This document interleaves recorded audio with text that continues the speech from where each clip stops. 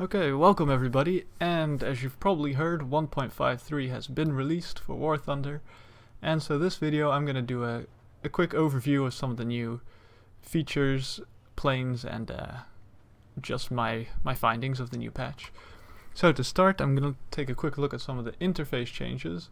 For one, if someone invites you to a squad, it will no longer only show up in the chat here, instead it will also be put into this invitation box, so you can just click here and accept an invite.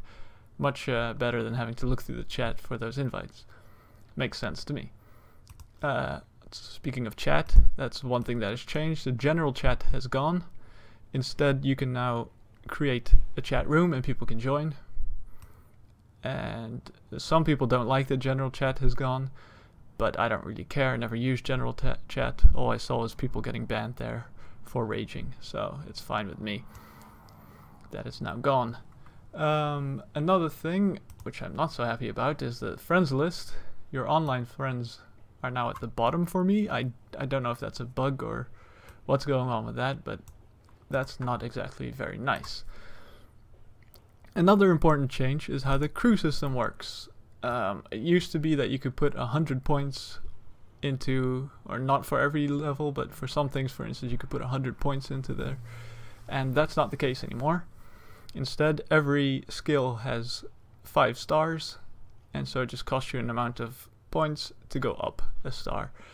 And it can get pretty expensive, as you can see here. To get a 4th vitality star, it would cost me 915 XP points, so we're gonna have to be saving those things up quite a bit to try to upgrade our skills.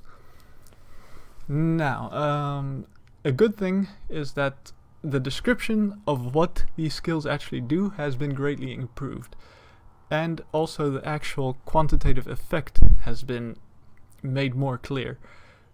For instance, here I can see that with my current skill level, my G tolerance is 5.28 positive Gs, and if I was to fully upgrade this crew, so have all the 5 stars and an ace crew, I think that's what that means, then I would have 6.2 Gs max. If we look at stamina, for instance, right now it's 4.67 stamina return time. If I was to have it fully upgraded, it could go down to 3.33. So that's better. That is made clear, more clear. Same thing counts for the ground vehicle crews. Okay. Now we're going to take a quick look at some of the new vehicles in the game. So for the US, we have several new planes. First of all, we have a new P-38E, which comes before the P-38G. We also have 2 new P-38s at 4.7 BR. That's the J and the L. The L seems to be a slightly higher altitude version, but for the rest they seem very similar. What else do we have? We have a SB-2C4, which is a dive bomber, and a TBD, which is also a dive bomber, torpedo bomber, something. So those are just low tier things. You'll be able to unlock those pretty quickly. And US tanks also got something new, the T-92, which is a light tank, and this thing is Pershing with ears, as I like to call it, but those ears are the rocket launchers. Premium vehicle. Yeah, I'm not interested in that, but it's there. For Germany, they got a premium rocket tank, the Panzerwerfer 42, and they also got the Jagdpanzer 45 down here, a tier 5 tank destroyer. For planes, they got a new Bf-109 E4, which is pretty similar to the E3, except for it has MGFFM cannons, which have better muzzle velocity than the MGFF cannons on the E3. I think the E4 is also slightly faster. Next, there is a Dornier 17 Z7 and a Z2. Those are 2 new low-tier bombers for Germany. Moving over to the USSR, in planes they got a new Yak-9B, which is a bomber version of the Yak-9, because why not? And a PE-8, which is a bomber with 20mm cannon turrets. So watch out for that thing. Don't sit on its tail or you're gonna get killed. In the army, they got the PT-76, a light tank. I think that's all they got. No, they also got a BM-8, which is a rocket launcher tank. Moving on to the British, you can see they've started creating the ground forces tree. Right now it's only premium bundles you can buy. It's a Crusader, I think this is. This is some version of the Wolverine. M10, yeah, Wolverine, I think. Sherman Firefly and the Black Prince. And in the aviation tab, they got the Hunter, which everyone has been waiting for, except for me, because I don't really care that much about tier 5 top tier jets. But anyway, the Hunter is there, so people can rejoice in the 30mm cannon goodness. Finally, looking at Japan, they got one little thing, the A7M1, which is a 3.3 premium plane. And from what I've heard, this thing is very strong for its battle rating, so you might see a lot of people buying one of these to go clubbing in. Those are all the new vehicles, so now let's look at some of the other new features. So one of those new features is the rendering engine has changed, and as you can see here, sometimes it can look really nice, but it's a bit of a hit and miss thing, because as the next clip will show, sometimes it just looks kind of grey and washed out, and it just doesn't look so good. So I think they might still have some tweaking to go. Here's another look at it. Sometimes the rendering just doesn't look so great, so it's a bit hit and miss. Sometimes it looks really good, sometimes it just looks mediocre. Okay, so that's one of the first, just the nice graphical features. And now let's move on to the next feature. So I may have lied a little, the next thing we're going to look at isn't really a feature, but it's a fix.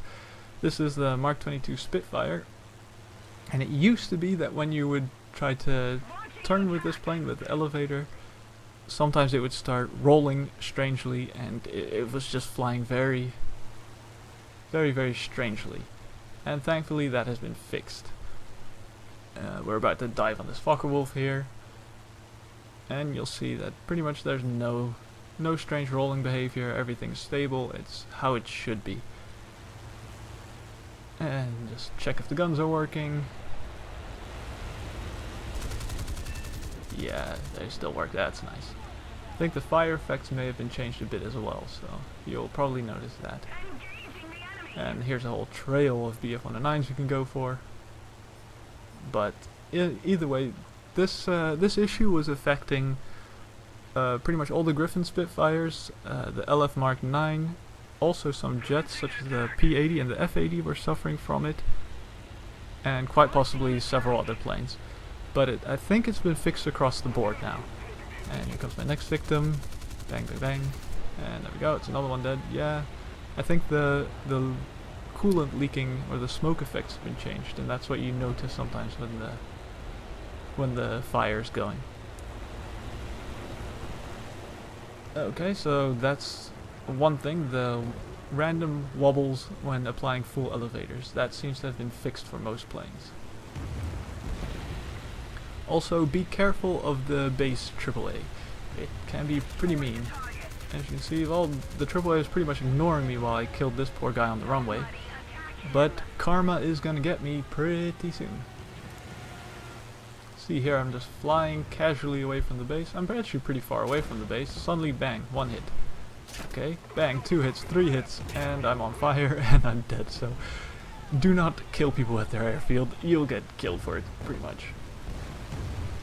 This always changes patch from patch, and I'm not sure if this is always a thing, but you can also see kind of the game looks a lot more hazy a lot of the times.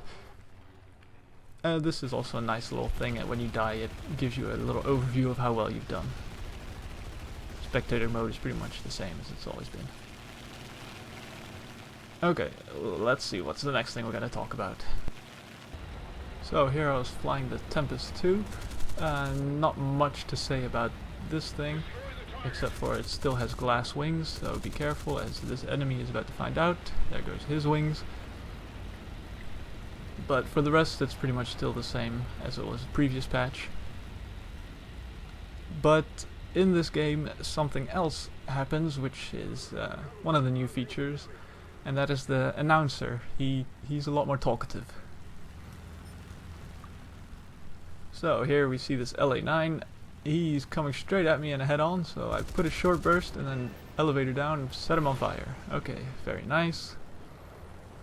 And now there's lots of other guys. Checking my 6. There's lots of other guys down here. So there's a Tempest and a Spitfire, both trailing my Focke-Wulf 190 teammate. This was a mixed battle, by the way. Yay! Not. Either way, I'm getting on these guys' tail. There we go. Killed the LA9. And there you already heard him, the announcer, screaming, "Avenger!"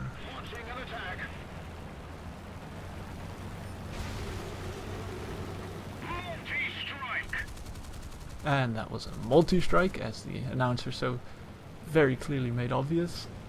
And now I've put some more shots into this Tempest too. I'm out of ammo. Luckily I critted his tail and he goes down. And what's the announcer gonna say? Avenger. Multi-strike. And a multi-strike. So if you get a lot of kills, he might be talking a lot. So now for one of my favorite features, not because it was super needed or anything, but wait for it, the enemy team has lost all their vehicles, and here it comes, there we go. This little overview. But what I really love about it is the cheering, the random cheering in the background. Sometimes it kind of surprises me and gives me a little bit of a jump fright, but I don't know, it always makes me laugh every time, so I think it's the best feature of this patch. As you can see, I had a 500% booster going for this match, so I got a lot of RP. Sadly, I forgot to switch my research to the Hunter, so it was all going to the Meteor Mark 8, but oh well. Poopy happens. But at least I got a long way to the Meteor. But I would have liked that to be in the Hunter, but oh well. No problem. Now, this is the Yak 15P, and some changes were made to it. And during the dev server, at one point it had an 850 km/h dive speed, which was really nice because if you've ever flown the Yak 15s before, you'll know that they rip at about 740-750 km/h, which they can achieve in almost level flight. So this was super annoying. So let's see if they've changed it here. I've got myself into a bit of a sticky situation, so I'm putting into a dive. We're approaching 650. 700, I'm going to start leveling out, and no, the red line speed is still at 750. So that's sad. That makes me very sad indeed.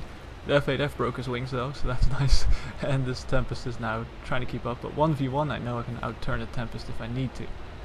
Which also brings us, well, look, the maneuverability of the Yak 15 has gotten better. It can pull 10 Gs now, which it didn't used to be able to do, I don't think. And it also brings us to the G overload. If you pull too many Gs and your screen starts to go black like this, if you keep pulling Gs, then you'll lose control. But we'll see more of that later. Another change is that you can't see teammates who are more than, I think, 12 kilometers away from you. So here you can see my teammate is asking us to attack this enemy, but I can't see my teammate. And the coordinates that appear in the chat there don't match up to the map location, because I'm pretty much there, and I can't see him. So if you're too far away from your teammates, you should ping the map or something, because you won't show up. I have several teammates alive right now, and they're actually right in front of me that direction, but I can't see them because they're just too far away. And this can be really annoying when you're trying to do some teamwork and you just don't know where your team is. So that's kind of a... I don't think most people aren't very happy with this.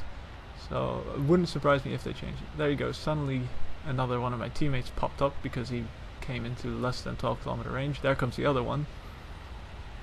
And so yeah, this is kind of an annoying feature. It can be hard to find your teammates, and there's another enemy.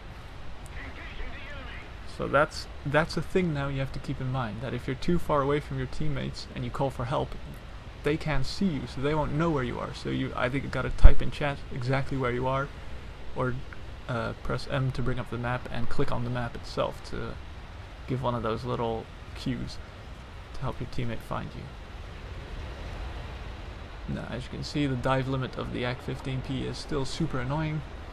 I have to throttle all the way down to actually be able to get on this guy's tail, because otherwise I'd just overspeed. But we're at least going to kill this Tempest. There we go. Good stuff. Another important change that has been made is that the F7F has much better controls at high speed. As you can see, I'm in a dive, I'm actually able to roll, I'm actually able to get the nose on target, someone else kills this guy, and I'm going to keep diving here a bit just to test out the controls. As you can see, I still have pretty good control, I can still roll pretty well, and that's a big difference compared to what the F7F was like before this. Because it used to be really stiff at high speed that you just couldn't get your guns on target, so everything would be able to avoid you super easily. As you can see, I'm doing high speed dives, I still have elevator control, I still have pretty good roll control, and I can just outrun this Spitfire, because he can't exactly follow that maneuver or he'll snap his wings. So that's a very nice change for the F7F. Hopefully that will make it more flyable, because I did not enjoy flying this thing when it was so stiff. Hehe, stiff. Alright, and this should have probably been with the other graphical changes I talked about earlier, but the water effects have been changed. They're using some fancy NVIDIA stuff. Even though I have an AMD card, it still works, so don't worry about that. And you can see that the water is rendered, generated, animated, whatever, in a new method now, so it looks pretty nice. I think I've seen it look better than this even before, but it's I guess it's a nice feature. It can't hurt. For the rest, the Bearcat is well, you'll see it's still overheating as much as it used to. Here I've made it to about 3,000 meters, 3,200, and as you can see with WEP, the oil's already been overheating for a little while, and the engine is now also overheating, and at 100% power the engine continues to overheat. At 90% it also didn't cool down, I don't think. So finally I had to drop it to about 80% until it would finally really start cooling down. I think below 90% it starts to cool down, but very slowly. So, and now I've got Spitfire problems, and I wanted to test something else, which is the turning capability of the F8F, because I believe it should be able to turn a lot better than it did last patch. And from what I've been able to see, it doesn't really turn that good yet, right now either. So, as you can see, I can't get guns on the Spitfire, and he seems to be able to, well, at least turn with me, and maybe even be out-turning me, so I'm not very impressed. Eventually he just runs away, because he's faster, he climbs better, and he maybe even turns better, so the Bearcat still isn't in a very happy place. The one good change is that if you go full speed dive now, as I do a stupid head-on and get myself wrecked, which makes my turning performance even worse, and I'm gonna die here pretty soon. But if you're in a high-speed dive, the controls stay better, because it used to be like if you would be approaching your red line speed, you could barely pull up anymore, and so you would often just crash because you couldn't pull up out of the dive. That has been fixed, I believe, and it has better high-speed controls now, but still, I don't think it's turning as well as it should be. So Bearcat is not a very happy cat, in my opinion. I'm about to get clubbed, so I'm going to spare myself the misery, and I'm going to stop it here. Another plane that has received some much needed changes is are the Corsairs, all the versions of it. In the previous patch they also had very bad elevator at high speed. I think also bad roll rate, but I'm not sure about that.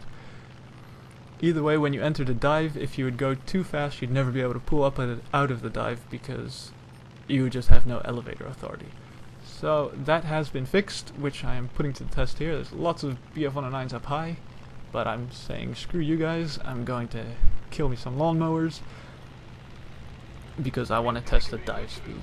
And as you can see, I'm going pretty fast. 750 kilometers per hour here, and I still have very good control. Roll's getting a little bit slow, but I mean, what do you expect? I'm going 790 here, so yeah, so it's very fast, and I still have good control, which is nice. As you can see, I can still get my guns on target and set that guy on fire. So these are very welcome changes for the Corsair. Now I have a Focke-Wulf on my tail, and we're about to see the loss of control change. So as you can see, I'm pulling lots of G's, high speed turn, so yeah, we're going to be pulling a lot of G's. Here we go, I'm blacked out, and once you black out like this, you only have a few seconds before you lose control. As you can see here, I've lost control, and now I've recovered. But I think that Focke-Wulf may have also lost control by the way he's also going just straight up, or this is his idea of a defensive loop, who knows. Either way, be aware of that you can lose consciousness now if you pull too many G's for a period of time. I'm getting on this Focke-Wulf's tail, and shoot, there we go, goes a aileron I think. Can't finish this guy off. There we go, he's on fire, there's something behind me. BF-110 and some BF-109s, but either way, loss of consciousness is a thing, and so is the Corsair's dive. What am I saying? Dive controls have been made a lot better. I am on fire here. You can barely see the fire because of all the smoke. So that's what I was saying, that the smoke effect seems to have changed. But Corsair is now a very good plane, even if a scrub like me is flying like this. So also some pretty important changes in the ground forces. The zoom when you're in the optics like this has been decreased, as well as the zoom for the binoculars. The binoculars are still more zoomed than the gun sight, but they've both been decreased by quite a big margin. And there we go, nice shot. And this makes it quite a bit more difficult to do long range shooting in my opinion, and hard to hit small weak spots. So as you can see, I thought I would hit the hull of this T-34. I ended up hitting his turret just because it's taking me a little while to get used to the new zoom on the sights. Technically the markings for the distance are still the same, but it just feels different. So that's going to take some getting used to. For the rest, there are also little 3D markers that appear when a teammate shoots at an enemy. That will help you to spot them. I think you could probably see them when I shot those T-34s. That little marker appears above them. So that's a dead tank, so I don't need to shoot it. Of course, I didn't know that at the time, so I'm definitely going to try. You can see my little gun elevation is pretty slow, but there we go. Hit him, doesn't do anything. So, but if you look at the mini-map, you can see some tanks appearing, and there, right behind that grey mound, you can see one of those little arrows that points towards the enemy that has been hit. And I mean, I'm not a big fan of this, because I was really happy when they removed markers from realistic battleground forces, and now they're back again. I guess they're not there all the time, but still, it's, I don't know, not a big fan of it. Now this has nothing to do with the new patch, but I just wanted to show it. There's this pesky bomber around here. And bang, there we go. 88mm flak tiger. Works like a charm. Booyah. One more change that I do have to point out, I'll show in the next clip. So I wanted to check if the destruction was in here, so I told my gunner to load an HE shell. Fired an AP shell at the building first. And there you can see a marker behind the tree. And I shoot my machine gun at this tree, and it doesn't kill the trees anymore. So you can't shoot over the big trees with machine guns anymore. Of course, that 3D marker helped me to just shoot that AA truck through the tree without being able to see him physically. And because I had an HE shell loaded, that worked pretty well. But the big news is you can't shoot trees with, at least not with the Tiger's machine gun. Maybe if you had something with like a 50 cal, it would work. But the Tiger's machine gun cannot shoot down trees anymore. Small trees and bushes, I think it does work on those, but if you want to kill a tree, you have to shoot a big shell at it, or ram it, or something else. Another thing that has been added is Steam achievements. I can't record the Steam overlay, so I can't really show you it, but they're there, Steam achievements. I think I got 5 or 6 of them already, just because I have, what is it, 20 planes unlocked for each nation or something, and then you get an award for each nation. And 1 for getting a triple kill. But either way, those are in the game now as well, so that's nice. One final thing is that I kind of have to apologize for not making many videos lately, so sorry about that. I'll try to be a little better about it, but we'll see. And that brings this video to a close. But thanks for watching, and I'll leave you on this bombshell. Bye bye.